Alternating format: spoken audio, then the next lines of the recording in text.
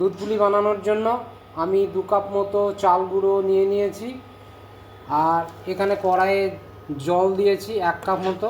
জলটা এধারে আমার গরম হচ্ছে। জলটা যখন একটু ফুটে উঠবে তখন ওই চাল গুঁড়ো এর মধ্যে ফেলে দেবো এবং একটা লেচি কাটার জন্য এটা রেডি করে নেব চাল গুঁড়োটাকে। দেখো জলটা গরম হয়ে গেছে, আমি এর মধ্যে এবার চাল গুঁড়োটা ফেলে দিলাম।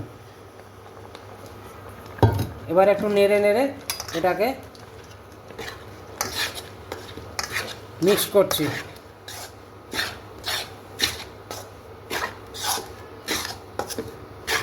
তো দেখো আমার মিশ্রণটা রেডি হতে চলেছে। এবার আর কিছুক্ষণ নেড়ে চেড়ে এটাকে নামিয়ে নেব, দিয়ে একটু নাড়াচাড়া করে নেব। যখন দেখবে হাতে এইভাবে নাড়াচাড়া হচ্ছে এবং এগুলো ডাব বেঁধে যাচ্ছে তখন এটাকে নামিয়ে দেবে। তো দেখো আমার চাল গুঁড়োর আটাটা রেডি হয়ে গেছে। আমি একটু মেখে নিচ্ছি লেচি কাটার জন্য। লেচি কেটে এগুলোকে গোল গোল করে নেব, তারপর এর মধ্যে পুর ভরবো এবং দুধ যখন গরম হবে দুধ বসাবো কড়াইয়ে। দুধটা যখন গরম হবে তখন এই পুলিগুলোকে আস্তে আস্তে দুধের মধ্যে ছেড়ে দেবো। তো বন্ধুরা দেখো দুধ পুলি বানানোর জন্য যে দুধটা দরকার তার জন্য আমি 1 লিটার দুধ নিয়েছি।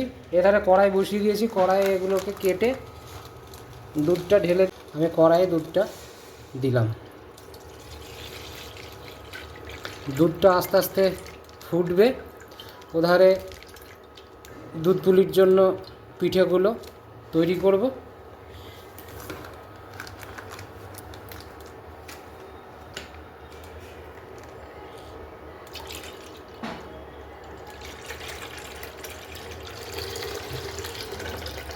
আমার লেচি কাটা রেডি। এবার এই ভাবগুলোকে গোল গোল করে নেব।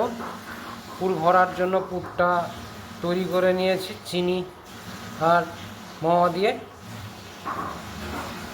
তো দেখো গোলাকার যে পাকিয়ে নিয়েছি, এবার এগুলোকে হাতে আস্তে আস্তে পুলিগুলোকে শেপ দিয়ে নিচ্ছি। চাপটা ঠিকঠাক রাখতে হবে, তা নাহলে কোনো জায়গা পাতলা হয়ে গেলে সেই জায়গাটায় ফেটে পুরগুলো বেরিয়ে যাবে, তাই সেদিকে বিশেষ ধ্যান রাখবে। এইভাবে একটু চাপ দিয়ে দিয়ে একটু বড় করে নেবে। এর মধ্যে এবার পুর ভরে নিচ্ছি। এইভাবে এটাকে মুখটাকে ভালো করে মুড়ে দিতে হবে যাতে ফেটে পুরটা বেরিয়ে না আসে।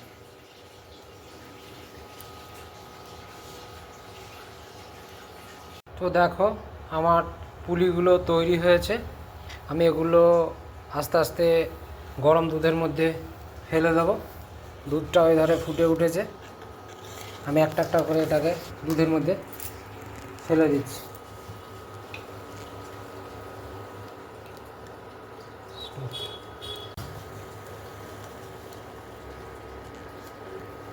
এগুলো দুধটা আমার ফুটে উঠেছে। এবার আমি এটাকে একটা একটা করে দুধের মধ্যে দিয়ে দিলাম। যতক্ষণ না দুধটা ঘন হচ্ছে, এগুলো সেদ্ধ যখন হয়ে যাবে তখন এগুলো তুলে নেব।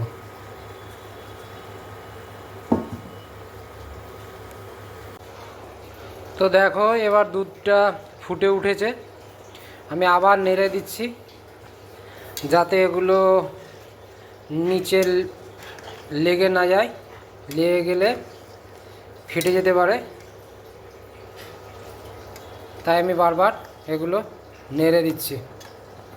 এইভাবে 10-15 মিনিট ফুটিয়ে নেব দুধটাকে, তাহলেই আমার দুধ পুলি রেডি হয়ে যাবে। তো দেখো দুধটা আস্তে আস্তে ঘন হচ্ছে। এধারেও পুলিগুলো মনে হচ্ছে সেদ্ধ হয়েছে। আর কিছুক্ষণ এইভাবে ফোটাবো, তারপর এটা নামিয়ে নেব। তো দেখো আমার দুধ পুলি রেডি। এবারে আমি এটাকে নামিয়ে নেব। দেখো আমার পিঠেগুলো তৈরি হয়ে গেছে। খুব নরম তুলতুলে হয়েছে, গ্রেভিটাও খুব সুন্দর হয়েছে। তোমরা এইভাবে বাড়িতে বানিয়ে খাবে, দেখবে খুব ভালো লাগবে।